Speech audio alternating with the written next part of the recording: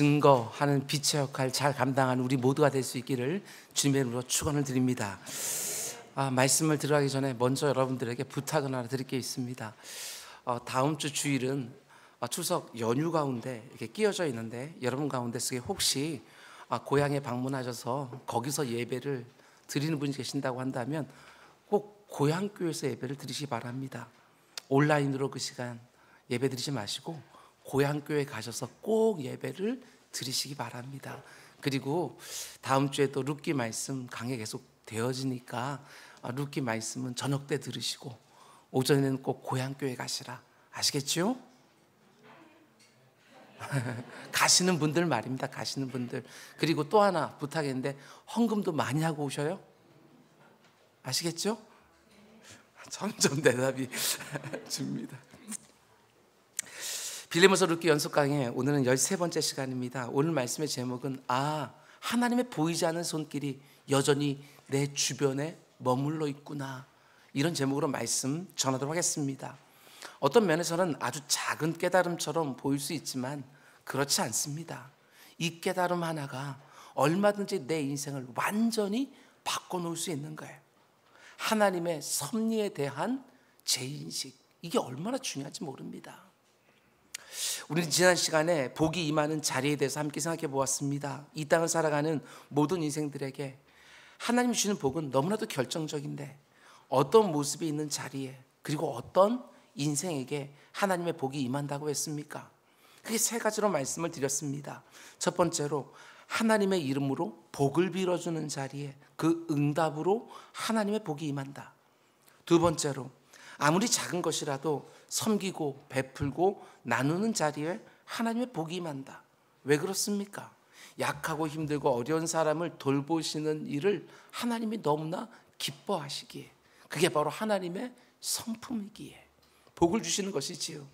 세 번째로, 하나님의 베풀어진 그 은혜와 그리고 사람들이 섬겨준 호의를 절대로 가볍게 생각하지 아니하고 감격이 있는 감사를 쏟아내는 인생들 위에 복이 더해진다, 이렇게 말씀을 드렸습니다. 정말 가면 갈수록 각박해지는 세상입니다. 하나님께 먼저 복을 받은 성도들이 하늘의 신령한 복과 땅의 기름진 복을 먼저 받은 여러분과 제가 내 곁에 있는 사람들에게 하나님께 받은 복을 흘려보내는 통로로 잘 쓰임 받아서 하나님이 얼마나 인생들을 복 주시기를 기뻐하시는 분이신지 이 세상에 잘 드러내며 살아가는 우리 모두가 꼭 될 수 있기를 주님의 이름으로 축원을 드립니다. 여러분, 오늘 우리에게 주어진 본문은 하루 종일 보아스의 밭에서 이삭을 주워 집에 돌아온 며느리 룻과 그의 시어머니 나오미의 대화로 이루어져 있는데, 이렇게 시작됩니다. 17절, 룻이 밭에서 저녁까지 줍고 그 주운 것을 떠니 보리가 한 에바쯤 되는지라. 룻이 하루 종일 이삭 줍기를 해서 거둬들인 보리의 양이 한 에바쯤 되었다, 이렇게 말하는데, 오늘 여러분과 제가 사용하는 도량형으로 말하면 한 15kg 내외가 되어지는 아주 많은 분량입니다. 보통 장정한 사람이 밭에 나가서 그 당시에 이삭을 열심히 주워서 탈곡을 하면 약 1kg 정도 된다고 말을 하는데, 룻이 수확한 보리의 양이 무려 15kg, 약 15배나 되는 굉장히 많은 수확을 한 것이지요. 어떻게 룻이 이렇게 많은 수확을 할 수 있었을까? 우리가 지난 시간에 본 것처럼 보아스가 베풀어준 친절과 배려, 은혜 때문이었습니다. 추수한 일꾼들을 따라가면서 바로 옆에서 떨어진 이삭을 줍게 허락해 주었고, 이미 추수한 이삭도 일부러 룻 앞에 떨어뜨려 놓으라고 일꾼들에게 시키는 것이지요. 그러니까 룻 자신의 열심과 수고 때문만이 아닙니다. 보아스의 은혜가 먼저 있었던 것이지요. 여러분, 그러나 틀림없는 사실은 아무리 보아스가 은혜를 베풀어 줬다 할지라도 룻이 부지런히 줍지 않았다면 그렇게 많은 수확을 할 수 없었다는 것, 그것도 놓치면 안 됩니다. 보아스의 은혜와 그리고 룻의 성실함이 함께 어우러지면서 그렇게 놀라운 수확을 할 수 있었던 것이지요. 여러분, 복음의 성격도 마찬가지입니다. 우리가 사도 바울의 서신서들을 묵상하면서 거듭거듭 확인했던 내용들도 마찬가지지요. 로마서도 그렇고 갈라디아서도 그렇고 에베소서나 골로새 말씀도 다 똑같습니다. 서신서 앞쪽에서 교리를 말하고 뒤쪽에서 윤리를 말하는데, 교리 부분에서 우리를 향한 하나님의 은혜가 얼마나 놀라운 것인지 쭉 말한 다음에 윤리 부분으로 딱 넘어가는 순간에 이런 류의 말씀들이 꼭 들어가 있습니다. 너희가 이렇게 놀라운 하나님의 은혜를 받았으니 그분의 은혜에 합당하게 살아가라. 그러면서 기독교인들이 이 땅을 어떻게 살아야 되는지 윤리를 가르쳐 주는 거예요. 하나님의 은혜가 얼마나 나의 과분하고 과도한지 우리가 제대로 알면 틀림없습니다. 그 은혜에 합당하게 살게 되어 있는 거예요. 그리고 이것이 바로 우리 기독교의 특징이에요. 이 세상의 모든 여타 종교들은 언제나 윤리가 앞에 나오고 그 다음에 뭔가 자기들이 말하려고 하는 그 구원의 메시지가 뒤어 나오는 것을 보게 되었습니다. 너희가 이 세상에서 이렇게 저렇게 살게 되었으면 너희가 구원을 받는다. 너희들이 극락에 간다. 너희들이 그 가운데 속에 깨달음을 얻게 되어진다. 이렇게 말을 하고 있지만 우리 성경은 그렇게 말하지 않습니다. 먼저 은혜를 베풀어 주고 그 은혜에 합당한 모습으로서 윤리가 요구되어지고 있는 것 완전히 다르지요. 그런데 이런 것을 우리 오늘 본문에 적용하면 보아스의 은혜가 얼마나 자신에게 과분하고 과도한지 아니까 룻이 그 은혜에 합당한 열심으로 성실하게 반응한 것이지요. 보아스에게 룻이 은혜를 받았습니다. 그러나 룻이 성실하지 않았다면 그 은혜는 제대로 누릴 수가 없는 거예요. 성경이 하나님의 은혜를 거듭거듭 가르치지만 그 은혜를 받는 성도의 성실과 충성 역시 동시에 가르친다는 거, 그걸 놓치면 안 되는 것이지요. 물론 순서는 있습니다. 은혜가 먼저이고 그 은혜 받은 성도들의 성실과 충성이 그 은혜에 합당하게 뒤따라오게 되어지는 거예요. 그런데 하나님의 은혜만 기대하면서 나는 아무것도 하지 않는다? 아닙니다. 그런 태도는 하나님의 은혜를 만홀히 여기는 것이지요. 가볍게 생각하는 거예요. 하나님의 은혜를 받을 만한 정말 아무런 자격도 조건도 안 되는 나에게 그분의 어마어마한 호의가 베풀어지면 내가 그 은혜에 얼마나 무자격하고 얼마나 무가치한지를 알고 그 은혜에 합당하게 살아가려고 내가 힘을 다하는 것이고, 하나님은 내가 그렇게 은혜에 합당하게 살려고 하는 그 모습을 보시면서 이미 주신 은혜에 또 다른 은혜를 더해 주시는 거예요. 그게 바로 성경이 말하는 은혜 위에 은혜인 거예요. 돼지에게 진주를 던져주지 않는 것처럼 은혜의 가치를 모르는 그 사람들에게는 그 은혜 위에 또 다른 은혜를 더해주지 않으시는 것이지요. 은혜를 주셨어요. 근데 그 은혜에 내가 어떻게 반응하는지를 보고 그 다음 은혜를 결정하신다. 그래서 성경은 은혜 위에 은혜라고 말하는 거예요. 고린도후서 6장 1절은 이렇게 말합니다. 우리가 하나님과 함께 일하는 자로서 너희를 권하노니 하나님의 은혜를 헛되이 받지 마라. 하나님의 은혜를 받은 다음에 성실하고 충성스럽게 일하지 않으면 그 은혜를 헛되이 받은 거예요. 사도 바울의 이 권면, 이 자리에 있는 여러분과 제가 정말 엄히 받아야 되는 말씀이에요. 하나님의 은혜를 헛되이 받지 마라. 헛되이 하지 마라. 하나님께 은혜를 받았는데 아무런 변화가 내 삶에 이루어지지 않는다? 그게 바로 은혜를 헛되게 하고 있다. 이런 말이지요. 고린도전서 15장에서는 사도 바울이 이렇게 말합니다. 굉장히 중요한 말씀이에요. 나는 사도 중에 가장 작은 자라. 나는 하나님의 교회를 박해하였으므로 사도라 칭함 받기를 감당하지 못할지니라. 그러나 나의 나된 것은 하나님의 은혜로 된 것이니. 사도 바울 자신이 너무너무 잘 아는 것입니다. 나는 사도로 절대로 쓰임받지 못할 사람인데 하나님이 나를 사도로 불러서 그 귀한 복음 증거의 일을 맡겨주시는 거예요. 그게 얼마나 큰 은혜인지 바울이 아니까 어떻게 합니까? 이어지는 구절을 보십시오. 내게 주신 그의 은혜가 헛되지 아니하여 내가 모든 사도보다 더 많이 수고하였으나 내가 한 것 아니요 오직 나와 함께 하신 하나님의 은혜로다. 여러분 이게 보이십니까? 하나님의 은혜와 사도 바울의 수고가 딱 붙어 있어요. 여기서 선순환이 이루어지는 거예요. 하나님의 은혜가 먼저 임하니까 그 가운데 속에 그 은혜가 얼마나 이 무가치한 나에게 과분한 것이 아니까 그 은혜를 헛되이 아니하고 더욱더 수고하게 되어지는 것이고, 그 수고하는 모습 보시면서 하나님은 또 다른 은혜를 부어주시는 것이고, 그 은혜에 또 합당해 살려고 바울은 애를 쓰는 것이고, 그 모습을 보고 또 다른 은혜를 베풀어 주시는 것이고 이 선순환이 계속해서 이루어지는 것이지요.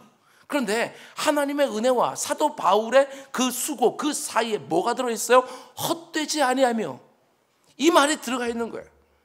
하나님의 교회를 핍박한 이력 있는 나 같은 사람을 사도로 불러주신 은혜가 얼마나 큰 줄을 아니까 바울이 어떻게 일합니까? 내가 모든 사도보다 더 많이 수고하였으나, 다른 모든 사도들보다 더 많이 수고하는 거예요. 다른 사도들보다 더 많은 은혜를 받았다고 생각하니까 더 많이 수고하는 거예요.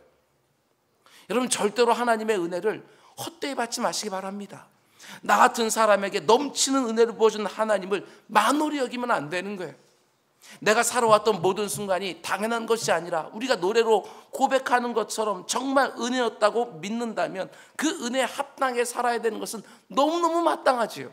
더더군다나 다른 사람들보다 더 많은 은혜를 내가 받았다고 정말 믿는다면 더 많은 수고를 하는 것도 너무나도 마땅한 거예요. 여러분, 하나님의 은혜만 구하는 것이 아니라 하나님의 그 은혜 앞에 내가 어떻게 반응하고 있는지 그것을 알고 하나님께 은혜를 구해야 그 은혜 위에 은혜가 부어질 텐데, 내 모습은 전혀 되돌아보지 아니하고 하나님의 은혜만 구하고 있다? 여러분, 그렇지 않습니다. 합당하지 않습니다. 하나님의 은혜 위에 은혜를 부어주실 때 나를 보고 계신다고 하는 거, 여러분, 그걸 늘 주시하셔야 되는 거예요. 여러분, 계속해서 이어지는 본문을 보면 이삭을 주우러 갔던 룻이 집에 돌아오는데 나오미가 깜짝 놀라요. 당연하지 않겠어요? 장정한 사람이 힘을 다해 이삭을 주어도 1kg 정도밖에 안 되는데 룻이 무려 15kg 되는 그 이삭을 질질 끌고 집에 들어온 거예요. 그 많은 이삭을 그 사이에 두고 시어머니 나오미와 며느리 룻 사이에 이제 대화가 시작되어지는데 잘 보십시오. 19절, 시어머니가 그에게 이르되 오늘 어디서 주웠느냐, 어디서 일을 하였느냐, 너를 돌본 자에게 복이 있기를 원하노라. 시어머니 나오미가 너무 잘 알지 않겠어요? 자기 며느리가 갖고 온 그 이삭들의 분량을 보니까 누군가가 은혜를 베풀어 주었다는 것을 아는 거예요. 그 너를 돌봐준 자에게 하나님의 복이 임하기를 원하노라, 이렇게 말하고 있는 것이지요. 그 말을 들은 룻이 대답을 합니다. 룻이 누구에게서 일했는지를 시어머니에게 알게 하여 이르되 오늘 일하게 한 사람의 이름은 보아스니이다. 룻이 가져온 한 에바나 되는 엄청난 분량의 보리를 보면서도 나오미가 깜짝 놀랐지만 나오미가 보아스라는 이름을 딱 듣자마자 더 크게 놀라는 거예요. 그리고 이렇게 말합니다. 20절, 나오미가 자기 며느리에게 이르되 그가 여호와로부터 복받기를 원하노라. 그가 살아있는 자와 죽은 자에게 은혜 베풀기를 그치지 아니하도다 하고, 나오미가 또 그에게 이르되 그 사람은 우리와 가까우니 우리 기업을 물을 자 중에 하나이니라. 룻이 가져온 한 에바라는 엄청난 분량의 보리 자체도 너무나 놀라운 것이지만 나오미가 보아스란 이름 하나를 딱 듣는 순간에 그의 심령 가운데 뭐가 쑥 하고 올라오는 거예요. 그게 무엇이었을 것입니까? 저는 이렇게 묵상을 했습니다. 아, 하나님이 여전히 우리를 위하여 일하고 계시는구나. 전능자가 우리를 괴롭게 했다, 이렇게 말했던 그 나오미가 지금 하나님이 여전히 우리를 위하여 일하고 계시는구나 하는 것이 심령 가운데 쑥 하고 올라오는 거예요. 자기 며느리에게 은혜를 베풀어준 사람이 보아스였다는 소리를 듣자마자 하나님의 인도하심과 섭리의 손길이 느껴지기 시작하는 것이죠. 나오미가 모압 땅에서 여러 해를 보내고 돌아와서 전혀 생각하지 못하고 잊어버린 것이 있었는데, 자신에게 친족이 있다는 사실, 가까운 친척이 있다는 사실을 잊어버린 거예요. 남편을 잃고 두 아들을 잃어버린 슬픔에 사로잡혀 있다가 자신에게 가까운 친족이 있다는 사실을 잊고 있었던 것이지요. 그리고 그 친족들 가운데 자신의 기업을 물을 자가 나오게 된다는 사실도 잊어버리는 거예요. 레위기 25장에 분명히 그렇게 기록되어 있거든요. 기업 물을 자에 대한 언약의 말씀이 기록되어 있음에도 불구하고 그걸 전혀 생각도 못하고 있었던 것입니다. 그런데 며느리 룻의 입을 통하여 보아스라는 이름이 딱 나오자마자 자기 며느리에게 엄청난 수확을 가능하게 만들었던 사람이 보아스였다는 소리를 딱 듣자마자 나오미에게 너무나 놀라운 생기회복의 역사가 지금 시작되고 있는 거예요. 이제부터 우리가 보게 되어지는 나오미는요, 지금까지 우리가 보았던 나오미와는 전혀 다른 사람입니다. 1장과 2장에서 보여주는 나오미는 남편과 두 아들 다 잃어버리고 나를 더 이상 기쁨, 웃음이라는 뜻의 나오미라고 부르지 말라고, 절망, 슬픔, 애통이라는 그런 뜻의 마라라는 이름으로 부르라고, 자기 연민에 사로잡혔던 여인이었어요. 그런데 보아스라는 이름을 딱 듣는 그 순간에 생기와 소망이 딱 올라오는 것이지요. 특별히 20절 중간쯤 보면 나오미가 이렇게 감격해합니다. 그가 살아있는 자와 죽은 자에게 은혜 베풀기를 그치지 아니하도다. 모압 땅을 떠나기 전에도 참 많은 도움을 우리 가정에 주었는데, 비록 친족인 자신의 남편이 죽었지만 지금 살아있는 자기들에게도 은혜를 베풀어주는 친족이라고. 아니, 다 망한 것 같은 우리 가정의 기업을 물을 자 중에 그 사람이 바로 한 사람이라고. 지금까지 나오미의 모습과는 전혀 다른 모습을 이제 보이기 시작하는 거예요. 여러분, 그런데 여기 나오는 기업 물을 자가 어떤 사람인지 우리가 좀 알아야 됩니다. 레위기 25장에 집중적으로 나오는데요, 기업 물을 자 제도를 하나님 주신 배경이 있습니다. 우리가 잘 아는 것처럼 하나님이 약속을 주신 가나안 땅을 다 정복했을 때 하나님이 여호수아를 통하여 자기 백성들에게 지파별로, 가문별로, 가정별로 땅을 다 나눠주지요. 근데 그 땅은 오늘 우리가 생각하는 부동산 그런 개념이 아닙니다. 땅을 분배받기 전에 이스라엘 백성들이 어떤 상태였습니까? 애굽에서 무려 400년이 넘게 노예 생활을 했어요. 그리고 40년 동안 광야에서 유리하며 방황했던 사람들이지요. 당연히 나의 소유라고 말할 수 있는 것이 아무것도 없어요. 근데 이제 어떤 면에서는 나의 소유라고 말할 수 있는 것이 처음으로 생겼어요. 그런 면에서 그 땅은요, 그들의 신분이 바뀌었다는 상징이에요. 더 이상 노예가 아니라 자유자라는 그 상징. 노예는요, 아무리 열심히 일을 해도 다 주인에게 돌아가는 것이지 자기의 것이 될 수가 없는 거예요. 근데 이제는 자신의 땅이 생겼고 그 땅에서 자기가 일한 만큼 거두게 되어지는 거예요. 이제 자유자가 된 것이지요. 또 하나님의 백성으로서 그분의 축복 아래에 있다는 살아있는 증거, 그게 바로 땅이에요. 굉장히 중요한 개념이에요. 근데 그 땅을 하나님이 어떻게 하십니까? 딱 묶어 놓으시지요. 매매할 수 없도록. 그 땅을 절대로 사거나 팔지 못하게 하셨어요. 모든 땅은 하나님의 소유라는 것을 명확하게 하시면서 그 지파 혹은 그 가문과 그 가족이 하나님이 나눠준 땅을 열심히 사용할 수 있게만 허락하신 것이지요. 여러분, 근데 우리 인생살이가 어디 그렇습니까? 사람이 살다 보면 때로는 너무너무 돈이 필요해서 그 땅을 저당 잡히고 돈을 빌리기도 하는 거예요. 그리고 그 빚을 갚지 못해서 때로는 종으로 팔리기도 합니다. 실제로 이스라엘 사회에서 이런 일들이 일어나요.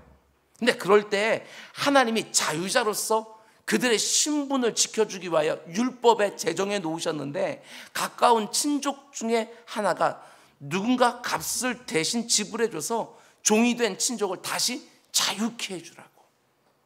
저당 잡혀있는 땅을 다시 사서 그 가문의 소유로 회복시켜주라고.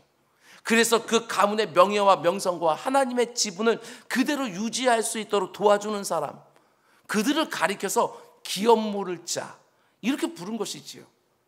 뿐만 아니라 기업 물을 자라고 불리는 사람들은 이런 역할도 했습니다. 자신과 가까운 친족이 억울하게 누군가에게 죽임을 당하면 끝까지 쫓아가서 보복을 해줘야 되는 의무까지 있었던 거예요. 그게 바로 기업 물을 자 제도예요. 이 제도를 가리켜서 여러분도 들어보셨을 거예요. 고엘이라고 부릅니다. 고엘 제도. 문자 그대로 하게 되었지만 친족 구속자, 킨스만 리디머, 이렇게 부르는 것이지요. 가까운 친족 가운데 내 대신 값을 치러주고 나를 구해주는 사람, 이런 의미입니다. 그러니까 고엘 제도 안에 있는 가장 중요한 개념은 값을 치르고 원상으로 회복시키다, 이런 개념이에요.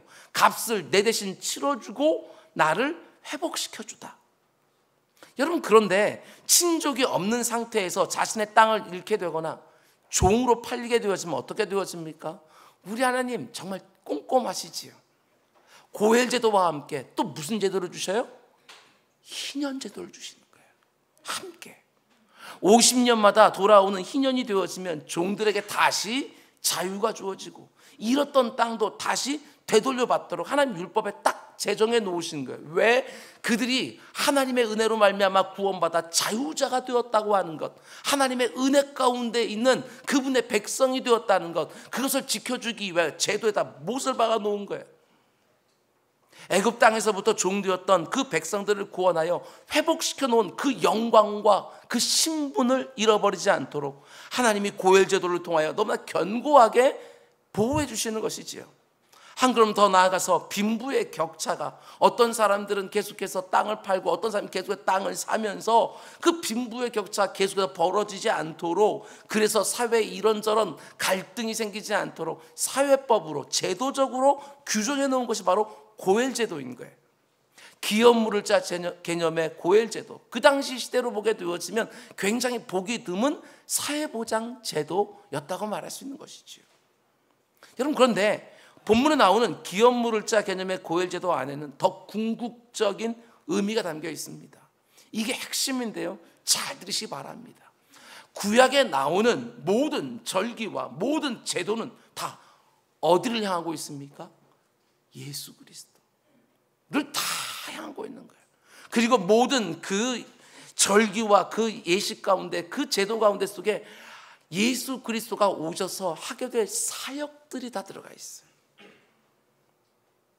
기업 물을 자 개념의 고엘 제도도 마찬가지입니다. 자신의 친족이 치러낸 값을 대신 치러줘서 그 종기와 명예의 상징인 땅 혹은 그 신분을 되찾게 해주는 것이 기업 물을 자 고엘 제도인데요, 예수 그리스도 안에서요 완벽하게 다 성취되어지는 거예요.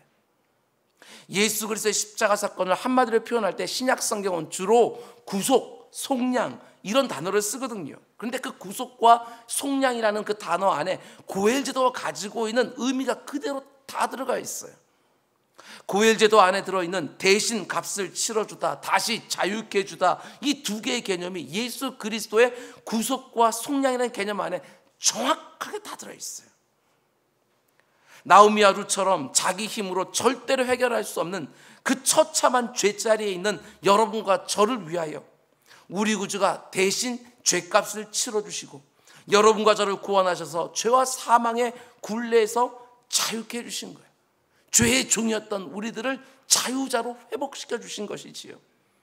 뿐만 아니라 보아스가 나오미와 룻에게 보여주는 것처럼 여러분과 저의 모든 필요를 대신 공급해 주시지요. 예수 그리스도의 십자가 안에는 구속과 속량이라는 그 놀라운 개념을 미리 경험할 수 있도록 하나님이 기업 물을 자 이 고엘 제도를 율법에다가 딱 넣어놓은 것입니다. 그리고 경험하게 하시는 거예요. 여러분, 룻기가 왜 이 성경 안에 들어와 있는지를 잘 보셔야 돼. 아무것도 의지할 데 없는 이방 여인 하나가 마음씨 좋은 아저씨 보아스를 만나서 팔자를 고치는 거, 여러분 이게 룻기의 메시지겠습니까? 예수 그리스도의 십자가 이 안에 담겨 있는 거예요.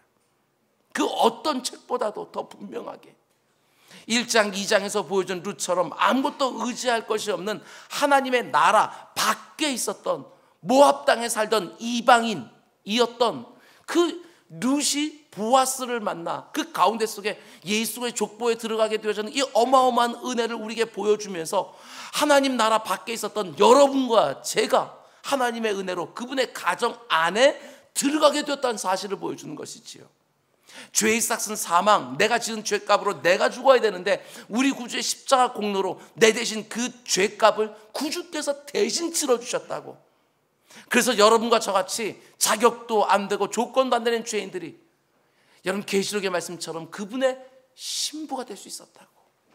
그걸 룻기가 보여주는 거야. 다른 성경들에 비해서 상대적으로 중요성이 떨어져 보이고 지극히 개인적인 가정사 같은 이 룻기의 말씀이 성경 안에 들어와 있는 이유는 이렇게 운 좋은 여인이 있다, 너희들도 이렇게 될 수 있다, 이렇게 말하려고 하는 것이 절대로 아니라는 거예요. 그저 이 말씀을 읽으면서 어떤 윤리적인 모습만 발견하고 강단에서 말씀을 전하면서 이 가운데 담겨져 있는 어떤 선행이라든지 아니면 어떤 성품이라든지 이런 말만 하는 것들이 아니라 이 안에 예수 그리스도의 십자가 담겨 있다고 하는 거, 우리가 그걸 놓치면 안 되는 거예요. 왜? 여러분과 제가 바로 나오미고 룻이니까. 하나님의 넘치는 그 헤세드 사랑과 우리 구주의 그 놀라운 십자가 공로 때문에 우리의 모든 죄값이 대신 다 지불되어지고 영원한 복락과 신분의 회복이 이루어졌다는 거, 그걸 보여주기 위해 룻기 말씀을 성경 안에 넣어주신 거예요. 기가 막힌 거예요. 성경을 연구하는 설교자의 한 사람으로서 이렇게 구약에 나오는 어떤 사건 하나가 그냥 얼마든지 흘러 넘어갈 수 있는 그런 어떤 사건 하나가 십자가 사건과 딱 연결되는 그 순간에 너무너무 감격스러운 거예요. 정말 성령의 감동으로 말미암아 이 성경이 쓰여지고 그리고 이렇게 한 권으로 묶여졌구나, 이것들이 느껴지는 거예요. 창세기 3장에서 죄가 이 땅과 인생 안에 들어온 이후에 여러분과 저는 모든 인생들은요, 모든 것을 다 빼앗겨 버렸습니다. 하나님이 금지하신 딱 하나의 열매만 빼고 모든 것을 임의로 먹을 수 있었던 그 자유자의 신분도 빼앗겨 버렸어요. 하나님과 누리던 그 친밀한 사귐과 교제의 영광도 다 빼앗긴 거예요. 에덴 동산의 그 풍성함도 다 빼앗겼지요. 나옴이라는 이름 안에 담겨있는 웃음과 기쁨도 다 빼앗기게 되어지고, 마라라는 이름 안에 담겨있는 슬픔과 애통만 가득해서 이 땅을 살아가요. 엉겅퀴만 내고 있는 이 땅을 살아가는 거예요. 그런데 하나님이 그런 우리를 포기하지 않으시고 자신의 헤세드 사랑으로 어떻게 해주십니까? 자기 아들을 기업물을 자로 보내주신 거예요. 그래서 우리가 빼앗겼던 모든 것을 대신 값을 치르고 다시 회복시켜 주신 것이지요. 그래서 그걸 가리켜서 우리는 은혜, 이렇게 부르는 거예요. 사도 바울이 고백한 것처럼 나의 나 된 것은 오직 하나님의 은혜라. 아무것도 의지할 데 없는 모압 여인과 같은 여러분과 저에게 하나님의 그 자기 아들로 말미암는 이 기업물을 자의 의무를 다 해주지 않으셨다고 한다면 여전히 모압 여인처럼 살아갈 우리들에게 하나님이 자신의 아들을 기업물을 자로 보내주셔서 모든 영광과 존귀로 다시 더딥혀 준 거예요. 그 은혜가 얼마나 놀라운지 아는 만큼 우리는 살게 되어져 있지요. 은혜를 헛되이 받으면 안 됩니다. 그 은혜에 합당한 성실과 신실과 충성을 보이며 살아가는 우리 모두가 다 될 수 있기를 주님의 이름으로 축원드립니다. 그럼 이제 또 한 가지, 오늘 본문의 나오미를 한번 보시기 바랍니다. 나오미가 자기 며느리 룻에게 친절을 베풀어 준 자가 보아스라는 사실을 딱 듣자마자 하나님의 보이지 않는 그 섭리의 손길이 여전히 자신의 주변에 머물고 있다는 것을 깨닫게 되지요. 아무것도 손에 잡히는 것이 없어서 좌절하고 낙심해서 나를 마라라고 불러라, 이렇게 말했던 나오미의 마음속에 부정적이고 비관적인 마음밖에 없었던 그 여인의 마음속에 하나님의 손이 여전히 자기 주변에 머물고 있다고 하는 사실이 딱 깨달아지자마자 나오미는요, 그 오랜 절망과 낙심의 침체에서 빠져나오기 시작하는 거예요. 이름 하나 들었을 뿐인데 자신의 인생을 전혀 다른 눈으로 이제 보기 시작하는 거예요.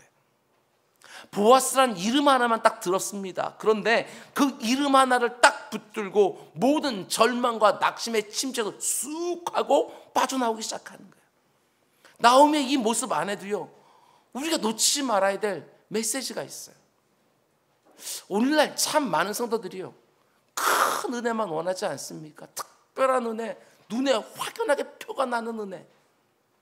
지금 내 상황이 너무나도 암담해서 그냥 조그만 은혜는 안 되고 하나님의 큰 은혜가 아니면 내 인생이 안 바뀔 것처럼 생각을 하니까 큰 은혜, 표가 나는 은혜, 특별한 은혜, 이런 걸 구하지만 그렇지 않습니다, 여러분.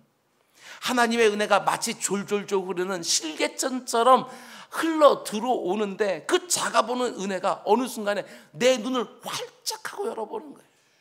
내가 보고 있는 나의 모습, 내가 보고 있는 나의 인생, 내가 보고 있는 내가 처한 형편과 처지, 한순간에 다 뒤바꿔 놓은 은혜만이 큰 은혜가 아니에요, 여러분. 아무리 작은 실개천처럼 작게 흐르고 있는 은혜라 할지라도 내 눈을 완전히 바꿔놓을 수 있고 그 가운데 속에 오랜 절망과 낙심의 침체에서 얼마든지 빠져나올 수 있다고 하는 사실이에요. 그게 무엇입니까? 하나님의 보이지 않는 섭리의 손길이 여전히 내 주변에 머물고 있구나. 이 깨달음 하나만 가지고 있어도 내 인생의 모든 것이 정말 다 달라져요. 나오미가 그걸 보여주는 거예요. 아직 형편은 다 암담해요. 아무것도 보장된 거 없어요. 그런데 보아스라는 이름 하나를 딱 들었을 때 하나님이 나를 왜 여전히 일하고 계시는구나, 그 보이지 않는 하나님의 섭리가 딱 느껴지는 그 순간에 나오미는 그 순식간에 다른 사람이 되어버려요. 너무나 작아 보이는 은혜 하나가 너무나 큰 회복의 기폭제가 될 수 있다는 사실, 여러분 절대로 잊으시면 안 됩니다.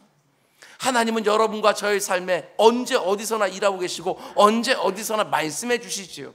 하나님은 교회 안에서만 일하시는 것이 아니라 내가 살아가는 모든 영역에서 다 일하고 계시는 것이고, 하나님은 예배를 통해서만 말씀하시는 것이 아니라 내가 어디서 무엇을 하든지 일상의 작은 일 하나하나를 통해서도, 내가 만나는 사람들의 입을 통해서도 언제나 내게 말씀하고 계시는 거예요.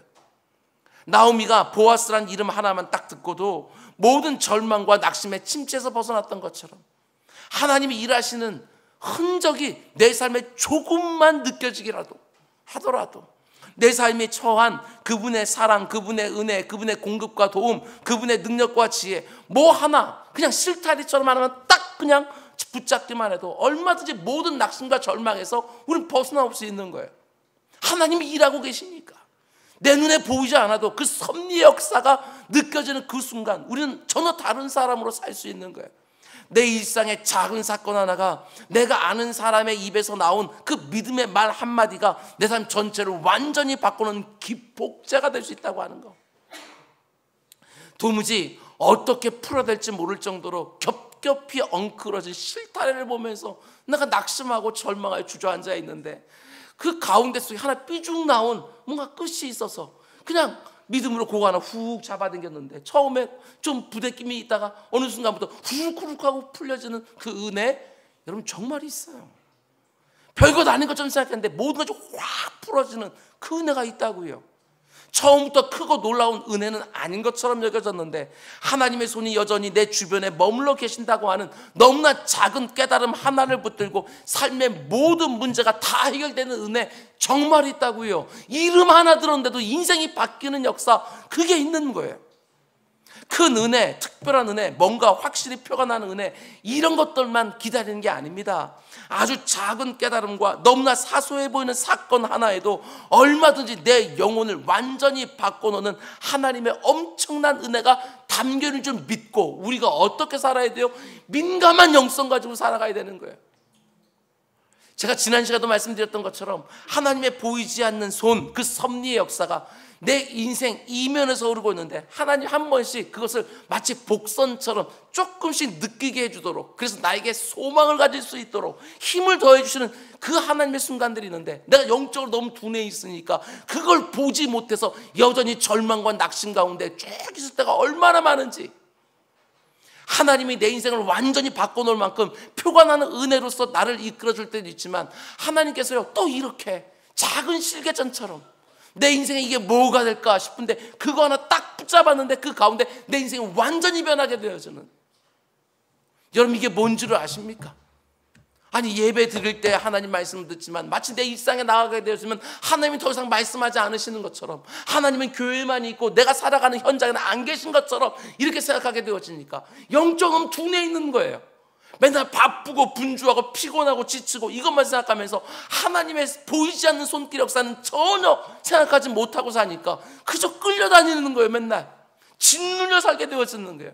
그게 아니라 우리가 믿음으로 고백하는 것처럼 하나님은 어디서나 역사하고 계시고 역사 이면에 섭리의 손길이 그러고 있다, 이 사실을 분명히 믿게 되어지면 모든 것들이 다 내게 의미가 있어요. 아무리 작아 보이는 것 안 해도 하나님의 어떤 역사가 있을지 기대함으로 소망 중에 우리는 살 수 있는 거예요. 그래야 우리가 살 수 있는 것이지요. 아무리 바쁘고 분주하다 할지라도 시간을 정해놓고 규칙적으로 기도 자리에 들어가고 말씀 앞으로 다가가고, 그러면서 우리는 깨어있는 영성으로 하나님이 어떻게 나를 이끌어가고 계시는지, 무엇으로 힘나게 하시는지 그것들을 바라보며 살아야 우리가 성도답게 살 텐데 너무 둔해져 있는 거예요. 깨어있지를 못하는 것이지요. 그 세상에 나아가게 되었으면 다 끌려다니며 살아요. 아닙니다, 여러분.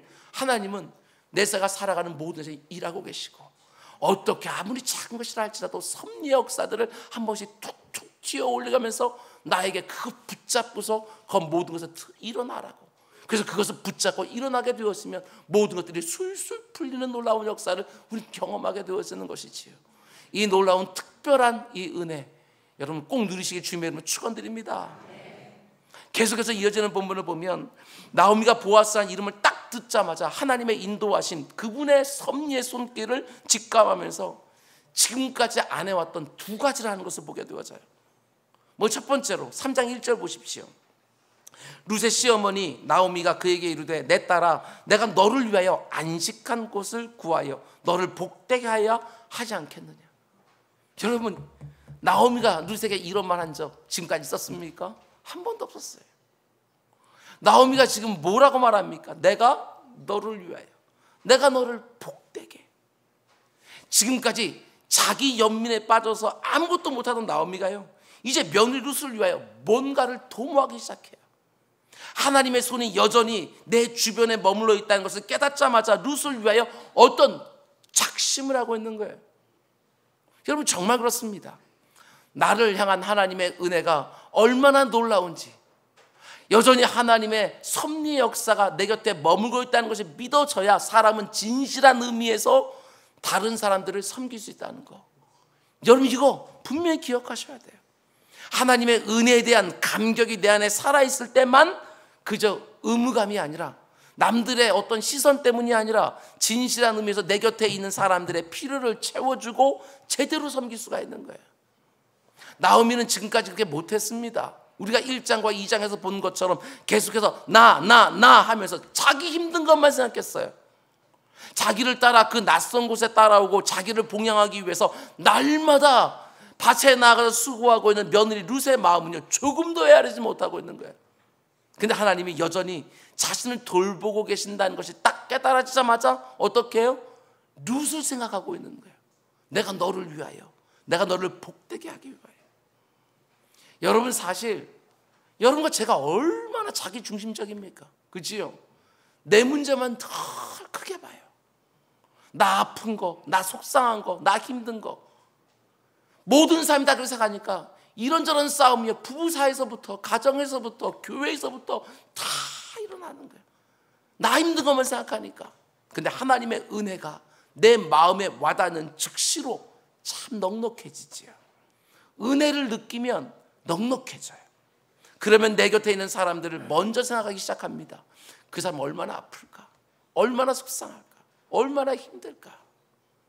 오늘 나오미의 마음에 그런 변화가 시작되고 있습니다. 나를 위해서가 아니라 룻을 위해서 뭔가를 하려고 결심하고 있어요. 그러면 지금 시어머니 나오미가 며느리 룻을 위해서 결심한 게 무엇입니까? 오늘 보면 2절 4절 말씀 보면 나오미가 룻에게 너무너무 희한한 제안을 해요. 그 제안이 뭔지 여러분들이 익히 잘 알고 계시겠지만, 어떻게 성경에 이런 내용이 나오는지 너무나도 해괴하고 불경스럽고 부도덕한, 여러분, 어떻게 시어머니가 자기 며느리에게 이런 제안을 할 수 있는지 또 읽을 필요는 없을 것 같아서 제가 요약만 해드리겠습니다. 젊은 나이에 과부가 된 며느리 룻에게 시어머니 나오미가 이런 제안을 합니다. 낮에 보아스가 어느 텐트로 들어왔는지 잘 봐뒀다가 목욕도 하고 예쁘게도 입고 잘 단장한 다음에 눈에 띄지 않게 잘 숨어 있다가 잠자러 들어가게 되어지면, 그가 잠들었을 때쯤 생각하고 야밤에 들어가서 그 발치에 있는 이불을 들고 너 거기 누워. 이게 얼마나 세속적이고 해괴하고 불순하고 부도덕해 보이는 모습인지 성경에 기록되어 있으니까 우리가 읽고 지나가지만, 가히 이르질 못할 말을 시어머니가 며느리에게 하고 있는 거예요. 여러분, 그런데 나오미의 이 제안 안에 너무나 중요한 그 당시 유대인들의 문화적 풍습 두 가지가 들어가 있다는 거. 이걸 염두에 놓고 보게 되었으면 그저 해괴한 제안은 아니다, 이렇게 우리가 알 수가 있습니다. 먼저 첫 번째로, 앞에서 기업 물을 자라고 할 때 기업 무르는 방식 중에 하나가 무엇이지요? 신명기 25장을 보면요, 형이 결혼을 해서 아이를 낳지 못하고 죽으면 동생이 형의 아내를 취해서 형의 가문을 이어주게 되어 있어요. 이게 동생의 의무예요. 형의 이름을 보존해 주는 거예요. 나오미가요, 모압 땅에서 이거 알지 않았어요? 그래서 자기 두 며느리가 따라오려고 했을 때, 나 따라오지 말라고, 나에겐 아무런 미래가 없다고, 내가 새롭게 시집가 갖고서 남편 만나가지고서 내가 자녀를 또 낳아서 언제 걔들 다 커서 너희들의 남편이 될 수 있겠느냐, 이렇게 나오미가 말하지 않았습니까? 그걸 얘기하는 거예요. 그 제도를 가리켜서 계대결혼법 혹은 형사취수법 이렇게 부릅니다. 형이 죽은 뒤에 동생이 형수와 결혼을 해서 그 가문을 이어주고 그 남은 가족을 부양하게 하는 결혼제도, 그게 바로 형사추수제예요. 그러니까 보아스가 나오미 가정의 기업 무르자 중에 하나인데 그들에게 필요한 것들을 계속해서 공급해 주는 거, 이전에 한 것처럼 그냥 룻이 이삭을 주러 왔을 때 그 앞에다 이삭을 일부러 떨어뜨려서 그들을 먹이고 챙겨주는 것도 한 방법이 되겠지만 가장 확실한 방법이 뭐예요? 결혼이에요. 그게 결혼해서 아내로 삼아주는, 가족으로 받는 거예요. 우리가 다음 시간에 보겠지만 보아스는 룻에 비해서 굉장히 나이가 많습니다. 나이 차이가 너무 많이 나서 감히 룻을 아내로 취할 수 없는 사람이지만 그럼에도 불구하고 보아스가 룻을 아내로 취하는 것은 가장 확실한 기업 물을 방법이 되기 때문에, 그래서 나오미가 룻에게 이런 제안을 했던 거예요. 뿐만 아니라 또 한 가지 우리가 여기서 봐야 되는 문화적 관습이 있는데요, 4절 보면 나오미가 이렇게 말합니다. 그가 누울 때 너는 그가 눕는 곳을 알았다가 들어가서 그의 발치부를 들고 거기에 누우라. 그러니까 보아스가 눕는 곳을 봤다가 그 옆에 누우라 이렇게 말한 게 아니고 발치에, 발 밑에 누워라 이렇게 시킨 거예요. 여러분, 발치, 여러분 할 때 발이 의미하는 게 있습니다. 그 당시 사람들이 누군가에게 겸손한 마음으로 자신의 소원을 아뢰을 때 늘 발 쪽에 엎드려서 비는 거예요.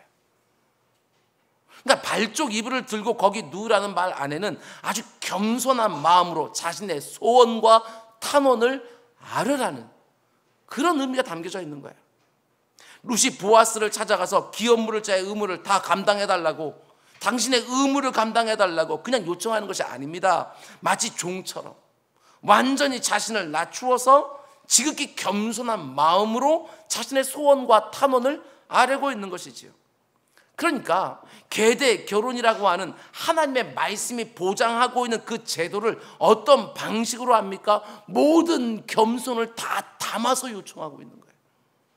당신이 우리 가문의 가까운 친족 중에 하나이고 기업 무르자 중에 하나인데 나를 아내로 취해서 당신의 의무를 감당해 주십시오 하고 자신의 소원과 탄원을 모든 겸손으로 표현하고 있는 것이죠.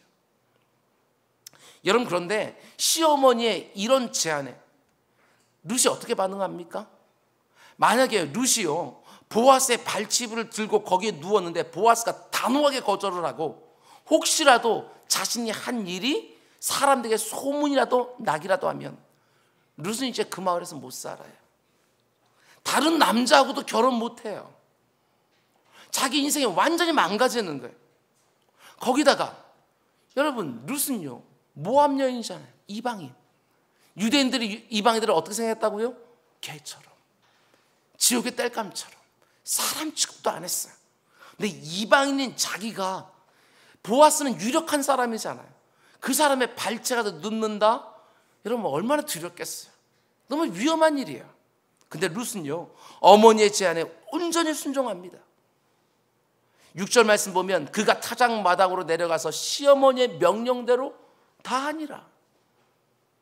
여러분, 저는 이런 생각이 들었어요. 그 시어머니의 그 며느리, 그렇죠? 시어머니 나오미를 보면요 자기 며느리 룻을요 그런 자리에 그런 방식으로 보내는데요 전혀 주저함이 없어요. 그리고 며느리 룻도 보면 이건 너무나도 위험하잖아요. 자기의 인생을 완전히 망가뜨릴 수 있는 그런 위험이 그 안에 있는데도 그들이 정말 과감하기 시작해요. 이 두 과부가 어떻게 이럴 수 있었을까? 성경에 나오진 않지만 여러분 틀림없습니다. 지금 벌어지고 있는 모든 정황들을 다 통해서 하나님의 뜻이 무엇인지를 이 두 사람이 분별하고 있는 거예요. 그러니까 그렇게 할 수 있지. 이삭을 죽으러 갔는데 그 밭이 자신의 기업을 물을 자 중에 하나인 보아스의 밭인 거예요. 이게 우연입니까? 그 보아스가 특별하게 룻을 배려해주고 은혜를 베풀어 주는 거예요. 이게 당연한 게 아니잖아요. 장정이 하루 종일 이삭을 주어도 1kg밖에 안 되는데 무려 15kg를 갖고 왔어요. 무엇보다도 하나님의 말씀에 기업 물을 자에 대한 제도가 딱 있다는 게 생각나는 거예요. 그러니까 그 모든 정황을 다 고려해 보니까 하나님이 지금 우리 가정을 위하여 일하고 계시는구나. 이게 분별이 되어지는 것이지요. 하나님의 보이지 않는 섭리의 역사 깨달아진 것이지요. 그래서 이들이 이렇게 담대하게 행동할 수 있지 않았을까? 얼마든지 추론해 볼 수 있어요. 여러분, 우리가 잠잠히 기다려야 될 때가 틀림없이 있습니다. 아무리 뭔가가 될 것처럼 보여도 기다리는 순간이 분명히 있는 거예요. 하나님의 뜻을 제대로 분별할 수가 없을 때 정말 충분히 기다리는 거, 그때는 아무리 오래 기다려도 저는 늦지가 않아요. 그러나 하나님의 뜻이 어디인지 분별이 됩니까? 그러면 정말 믿음으로 과감하게 실행할 수 있는 모습도 우리에게 있어야 되는 거예요. 하나님 뜻이 잘 분별되지 않을 때에는 충분히 기다려야 되는 것이 마땅하지만, 하나님 뜻이 분별되었어요. 근데 아직까지 환경은 열리지 않아요. 그래도 하나님 뜻이 분별되어지면 그 환경을 위해서도 달려들 수 있는 사람들이 믿음의 사람들인 거예요. 베드로가 그 풍랑이는 그 바닷속에서 뛰어들 때도 마찬가지 아니겠어요? 주님이 오라 라고 하는 것이 분명하게 깨달아지니까 그 가운데 속에 뛰어내리는 거 아니겠어요? 이게 믿음의 모험들이에요. 물론 위험은 있습니다. 젊은 과부가 야밤에, 그것도 정숙하기로 소문난 룻이 나이 든 남자가 자고 있는 발집을 들고 거기에 눕는다는 거 너무너무 위험한 일이지요. 그런데도 그 모든 과정에 하나님의 인도하심이 있다는 것이 딱 분별이 되자마자 예상되는 위험에도 불구하고 곧바로 행동하고 있는 거예요. 지금까지 이루어진 일들을 보면서 하나님의 뜻이 분별되니까 곧바로 믿음으로 행동하고 있는 것이지요. 여러분, 오늘날 참 많은 목회자들이 한국 교회와 성도들에게 야성이 사라지고 있다. 야성. 야성이 무엇입니까? 너무나도 약한 거예요. 너무 얕은 거예요. 아무데나 툭 던져놓아도 믿음으로 딱 서서 견고하게 살 수 있는 성도들은 점점 사라지고, 예전에는 그런 분들 참 많이 있었던 것 같아요. 제가 볼 때는 우리 어르신들 보게 되어져, 믿음의 선배들 보게 되었으면 아무데나 툭 던져도 그것이 아골골짜기든 빈들이든 툭 던져놓으면 그 가운데 믿음으로 순종해서 그 모든 일을 감당하는 참 믿음의 거인과 같은 그 견고함이 무엇인가 볼 수 있었는데, 요즘은 그런데 점점 사라지는 거예요. 조금이라도 힘들면 푹푹 주저앉기나 하고, 조금이라도 누가 나에게 뭐라고 말만 하면 금방금방 상처 입고 시험 들었다고 말을 하고, 그거 하나 견뎌내고 이겨내지 못해요. 그 어떤 상황 가운데 던져놔도 믿음으로 딱 버티고 견디고 이겨내고 살아남아야 되는데 너무 쉽게 무너져 버리는 거예요. 아무리 하나님이 하라 가라 말씀을 거듭거듭 해주시고 충분히 하나님 뜻에 분별이 되는데도 도무지 그걸 시도조차 못할 때가 얼마나 많은지, 하나님의 인도하심을 받는 길이 아무리 좁고 협착해 보여도, 아무리 이런저런 위험이 틀림없이 예상이 되어도 일단 그 길로 가면 어떻게 됩니까? 하나님이 선하신 뜻들을 정해놓은 것을 그 길에서 점점 더 분명하게 우리에게 보여주기 시작하게 되어지는 거예요. 여러분, 틀림없습니다. 믿음으로 선택하고 말씀이 요구하는 그 길로 갈 때 하나님은 절대로 부끄럽게 하지 않으셔요. 혹시 여러분 가운데 속에 하나님이 이미 여러 번 말씀하시고 자신의 섭리를 통해서 수차례 보여주심에도 불구하고 여전히 머뭇머뭇하고 계시는 분들이 계십니까? 이제 움직이시기 바랍니다. 믿음을 딱 세우고 시도하는 거예요. 하나님이 나에게 말씀하고 계시는 방향으로 한 걸음 딱 내딛고 하나님의 인도하심을 또 그저서 분별하고 또 내딛고 또 분별하고, 그럼 어느 순간에 하나님의 뜻하신 것들을 우리에게 활짝 열어서 보여주고, 여러분, 그걸 우리는 경험하게 되었는 거예요. 물론 그렇게 내민 발걸음에 이런저런 위험이 있을 수 있지요. 그러나 말씀이 이끈 대로 가보면 위험은 있어도 패함은 없어요. 위험은 있어도 망함은 없어요. 아무리 넘어진 것 같아도 절대로 패하거나 망하지 아니하고 하나님의 인도하심이 열리는 영광을 틀림없이 보게 되어지는 거예요. 말씀을 정리하겠습니다. 룻이 하루 종일 이삭을 주워서 한 에바나 되는 정말 많은 보리를 가지고 집에 돌아왔어요. 물론 보아스가 베풀어준 넘치는 친절과 은혜 때문에 많은 이삭을 주울 수 있었지만, 아무리 보아스가 자신의 일꾼들에게 이삭을 땅에 일부러 떨어뜨려 주라고 말을 해도요, 룻이 하루 종일 성실하게 이삭을 줍지 않았다면 많이 못 거뒀어요. 하나님의 은혜 가운데 살고 있습니까? 그 은혜 헛되이 받지 마십시오. 다른 사람보다 더 큰 은혜를 받았다고 생각하십니까? 그러면 다른 사람보다 더 많이 수고하고 더 많이 충성해야 되는 거예요. 그래야 더 많은 것들을 거둘 수 있어요. 절망과 낙심의 침체 속에 있었던 나오미가 보아스라는 이름 하나만 딱 듣고도 소망을 품었습니다. 보아스라는 이름 하나가요, 나오미의 인생에 생기를 불어주는 거예요. 아, 하나님의 손길이 여전히 내 곁에 있구나. 여러분, 내 삶에 엄청난 하나님의 역사가 일어나야지만 내 인생이 바뀌는 게 아닙니다. 졸졸졸 흐르는 실개점 같다 보이는 하나님의 은혜도요, 여러분 금방 정말 모든 휩쓸어가는 하나님의 그 폭우와 같은 장대비가 될 수 있다고 하는 사실, 여러분 그걸 우리는 붙들고 이 땅을 살아가는 거예요. 이번 한 주 민감한 영성 가지고 사시기 바랍니다. 하나님은 언제 어디서든지 너무나 힘들어하고 지쳐한 나를 찾아와서 말씀하십니다.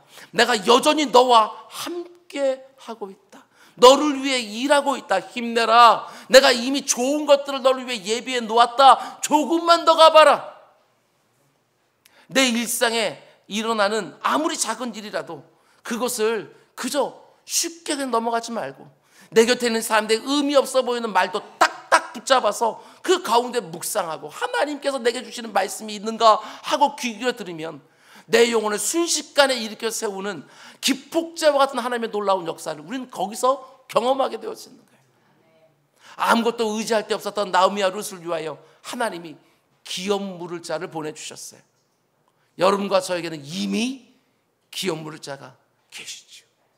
내 사랑하는 구주가 나와 함께 계시는 거예요. 성령 하나님이 내 안에 거주하고 계시는 거예요.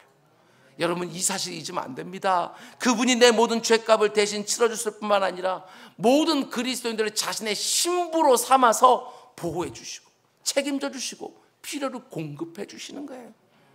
요즘 뭔가를 하나님께 구하고 찾고 두들기고 계십니까? 기도하면 하나님이 주신다고 말씀하지 않으셨습니까? 우리가 얼마든지 자녀의 특권을 가지고 당당하게 하나님께 요청할 수 있지만 발치부를 들고 모든 겸손으로 자신의 소원과 탄원을 아뢰었던 룻처럼 하나님의 선하신 처분에만 나를 그 앞에 무릎 꿇고 맡겨드리는 이 모습도 반드시 있어야 되는 거예요. 믿음의 야성이 있는 그리스도인들 되셔야 합니다. 조금만 예기치 못한 상황이 딱 벌어지면 이내 두려워하고 벌벌벌 떨면서 여러분 흔들리는 것이 아니라, 하나님이 나를 어떤 상황에 툭 던져놓으신다 할지라도 거기서 변함없이 하나님을 의지하고 붙들고 신뢰하면서 그분의 뜻을 이루며 살아가게 되었는 거예요. 내 인생에 아무리 장애물들이 있고 거기에 거침돌이 있다 할지라도 그거 때로는 훌쩍쩍 뛰어놓고 발로 툭툭 차면서 갈 수 있어야 되는데, 있기만 하면 다 걸려 넘어지는 여러분 그런 모습으로 어떻게 우리가 이 짧은 인생을 살아가면서 사명 감당하면서 이 땅을 살 수 있겠냐고요. 어떻게 견고한 그런 인생으로 심지가 아주 굳게 그냥 뿌리 내리고 있는 그런 신앙을 살아야, 아, 저 사람들이 예수 그리스도 믿는 사람들이구나, 이게 표가 날 텐데 너무너무 약하고 얕은 거예요. 하나님이 거듭거듭 말씀하시고 환경을 통해서 사람을 통해서 숱하게 자신 뜻을 보여주시는데 여전히 주저주저하고만 있는 분이 계십니까? 하나님의 뜻이라고 분별이 되면, 충분히 분별했으면 이젠 움직이십시오. 환경이 안 열리는 거, 그것 때문에 망설이지 말라는 거예요. 왜? 여러분 그 환경도 하나님이 다스려요. 아, 하나님의 보이지 않는 손이 여전히 내 주변에 머물고 있구나, 여전히 나와 함께하고 있구나, 이 깨달음의 감격을 가지고 이 땅을 믿음으로 산다는 게 무엇인지 여러분과 저희 삶 구석구석에 잘 드러나서 내 곁에 있는 사람들에게 예수 믿는 사람들 안에 있는 그 담대함과 그 확신을 보여주며 살아가는 우리 모두가 꼭 될 수 있기를 주님의 이름으로 축원드립니다. 기도하겠습니다. 사랑의 주님, 한 가족의 사소한 일처럼 보이는 이 룻기 말씀을 통해서 하나님께서는 이렇게 묵직한 말씀들을 우리들에게 허락해 주십니다. 내 주 아버지 하나님, 내 삶 이면에서 하나님이 역사하고 계신다고, 일하고 계신다는 거, 내가 그 다스리시는 하나님의 세상에 살고 있다고 하는 사실, 그 어떤 순간도 잊지 않게 하여 주시고 그 가운데 확신을 가지고 담대하게 살아가는 우리 모두가 다 될 수 있도록 인도하여 주시옵소서.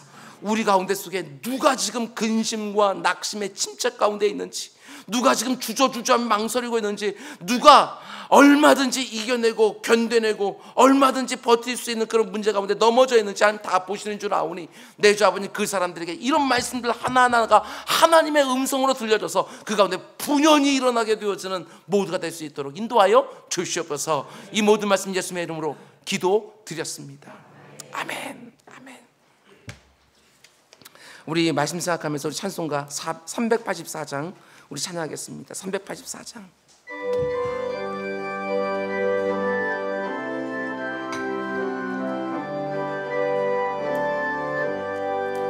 나의 갈 길 나가도록 예수 인도하시니 내 주 안에 있는 긍휼 어찌 의심하리요.